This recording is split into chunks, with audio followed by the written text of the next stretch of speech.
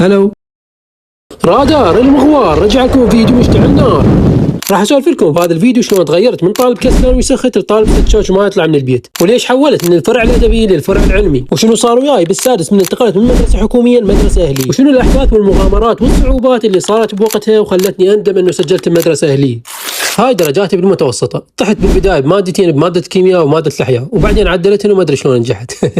فورا ما نجحت وطلعت من المتوسطه طاح واسي بالدراسه، وبعد ما خلق ادرس، وكنت اقول هو اصلا ماكو مستقبل بالعراق، على شنو ادرس واتعب نفسي؟ وهذا اللي كان ببالي قبل لا ادخل الاعداديه، فقلت خلي اكمل وشنو يريد يصير خلي يصير، بس المهم طريق سهل اخلص في المدرسه والاعداديه وادخل الكليه، وها هي يعني ما كنت افكر بشيء ثاني. وطبعا لين اريد طريق سهل دخلت الفرع الادبي لانه يقولون اسهل من الفرع العلمي، ما ادري هم يقولون بوقتها هيك.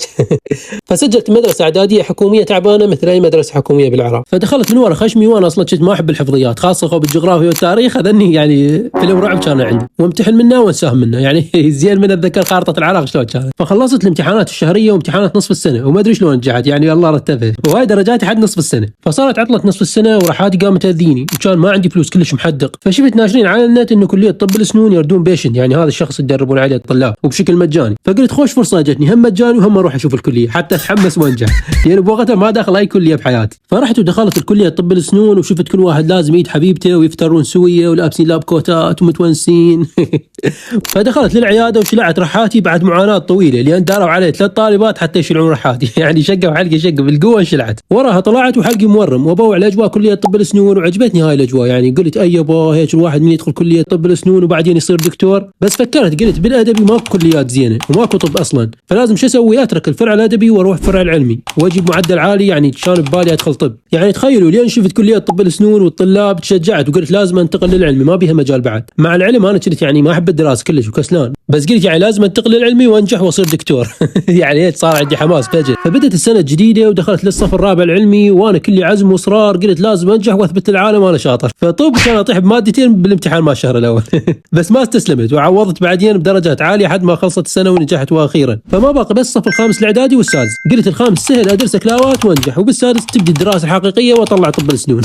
المهم بلشت بالصف الخامس العلمي وبديت ادرس، وهم كلي عزم واصرار واريد انجح، وطب طحت ب3 بالشهر الاول، واستمريت على الرسوب، وهالمره رسبت السنه كلها يعني وعدتها. وبلشت السنه الثانيه بالصف الخامس، بس قلت هالمره لازم انجح حتى ما يبقى عندي بس سادس واخلص وارتاح، والحمد لله بقدره قادر نجحت، ما ادري شلون، المهم نجحت، ما عليكم شلون نجحت. وراها اجى التحدي الاصعب، السادس العلمي اللي مخوف الدنيا مكسر الدنيا. قلت لو انا له سادس، شنو هذا السادس فدلمونه ما يخوف كلبي. وطوب كان رسبت اول سنه بالسادس وقريته سخته. فالسنه الثانيه بالسادس قلت هالمره راح ادخل مدرسه اهليه، شيء اكيد يعني تدريسهم زين وراح اجيب معدل مليار. فالمهم قعدت ادور على مدرسه اهليه يكون الطلاب اللي بيها معدلاتهم كلها فوق ال90، يعني مدرسه تكون راقيه شك شك، واساتذتها يعني راقين وخوش يدرسون، لازم يعني هذا كان عندي شرط من الشروط حتى اجيب معدل مليار. فالمهم بحثت بالنت ولقيت المدرسه اللي راح تخليني اطلع معدل مليار. بس كانت شلبت. فهاي المدرسه الاهليه اللي سجلت بيها نقول اسمها مدرسه ام الوجهين للبنين، وبعدين تعرفون ليش سميتها بهذا الاسم. فرحت لها حتى اشوفها واشوف البنايه والقاعات، يعني راقيه ومرتبه، لو بس هيك كفر. والله دخلت لها وشفتها كلها قاعاتها مرتبه ومبينه بنايه جديده وحلوه، فقلت ها هي مدرسه ام الوجهين وبس والباقي خس. فسجلت بيها وكنت كلش فرحان ومتونس، وبلش الدوام، وقلت هذا اول يوم اداوم بمدرسه اهليه لازم البس قاط واكشخ واروح لها. لبست قاط مرتب ورشيت العطر اللي يقول رايح حفله زواج مو رايح المدرسه. ومن وصلت للمدرسه اريد ادخل للبنايه اللي شفتها اول مره من كانت مرتبه، بس ما قبلوا يدخلوني، قالوا لي والله هاي البنايه للبنات. انا هنا انصدمت، قلت لهم شنو للبنات؟ لعد مات الولد وين؟ قالوا لي تصير بعد لي قدام شوي تمشي وتلقاها. فانا قلت امري لله اروح واشوف شنو الوضع. فقبل لا ادخل لها شفت المدرسه شو هاي الباب مالتها قديم، والمدرسه تعبانه من برا واخص من المدرسه الحكوميه اللي كنت بيها قبل، وما عرفت شو اسوي. بعد سكتت ودخلت، قلت يلا بركه القاعات الجو حلوه ومرتبه. المهم دخلت، شو هاي قاعه اخص من القاعه، وعاجبني اللي يقول حمامات مو قاعات مال طلاب. فطلعت شنو هاي المدرسه عباره عن مدرستين، المدرسه الزينه للبنات والمدرسه المو زينه للولد. فالمهم سالت وين القاعه مال الطلاب السادس العلمي، فقالوا لي فوق بالطابق الثالث. فسالت الطلاب اكو مصعد شيء، قالوا لا بس هذا الدرج تصعد من عنده، يعني هاي اذا انطونا فرصه بين درس ودرس يعني ما انزل مخلص الفرصه. ما لحق اسوي شيء. فقلت يلا امري يلا شو اسوي بعد. فصعدت الدرج وصعدت للطابق الثالث، وتفاجأت الطابق الثالث نفس السطح.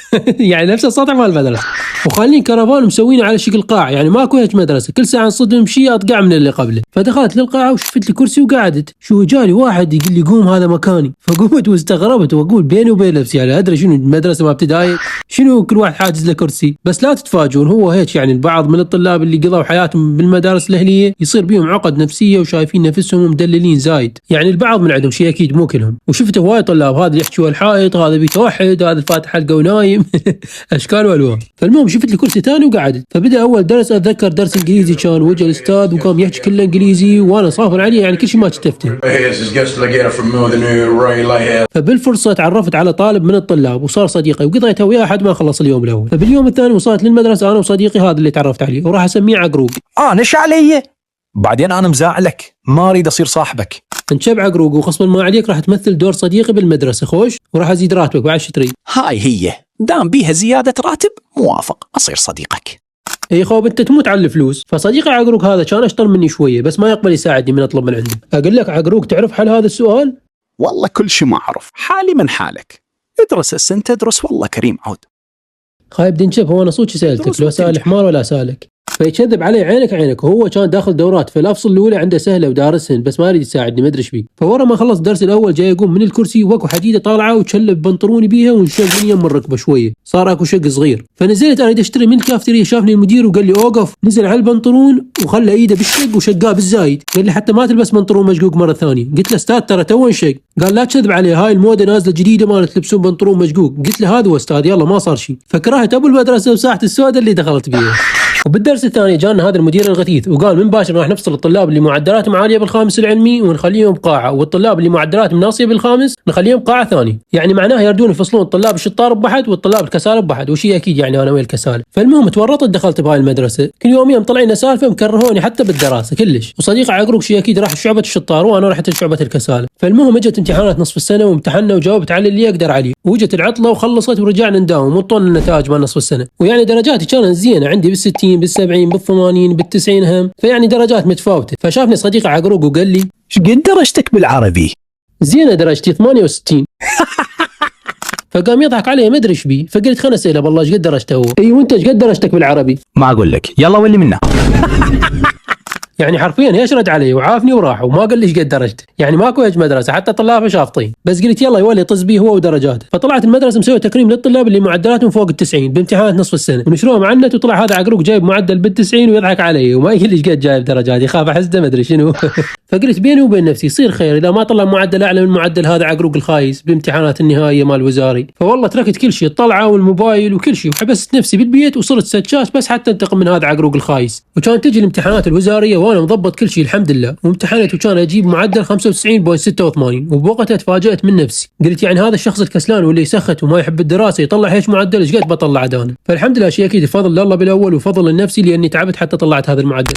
فشنو تتوقعون، غلبت عقروق بالمعدل ولا؟ شيء اكيد غلبته، هو طلع معدل بال80 وانا معدلي بال90، والمدرسه سوت حفله تكريم ضخمه بس للطلاب اللي معدلاته فوق ال90، ووزعوا جوائز بحيث الاول علينا اللي مطلع معدل 100 مدري ايش قد انطوا 10 ملايين بوقت. وعقروق ما كرموه خطيه ولا هو مو خطيه، اكبر حقير. وبالنهايه انا اللي ضحكت عليه يعني. هاي السنه بالسادس صح تعبت بيها بس احلى شيء صار بحياتي، وعشت هاي القصه بتفاصيلها وبحلوها وبمرها. وصح طلعت معدل 95 ودخلت اختصاص هندسه وما دخلت طب سنون، بس عادي اصلا حتى الطب ما صار بي مستقبل بالعراق، واصلا العراق كله ما بي لا راحه ولا مستقبل. فعلى الاقل دخلت كليه حلوه بيها مغامرات وجاي اصنع بيها ذكريات حلوه واتونس بيها. ولهنا تخلص قصتي بالسادس، اتمنى تونستوا بيها واستفاديتوا منها. اوقف اقول لك عقروق شو تريد؟ ليش ما تغني راب شوي عن السادس الغثيث؟ يلا نغني للسادس الغثيث، ليش لا؟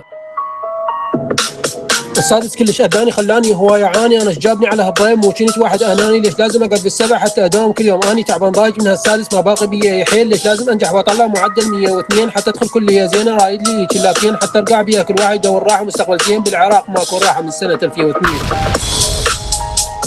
راداري يحييكم يا احلى متابعين ويدللكم بالتوفيق بالدراسه وبالتعيين. باي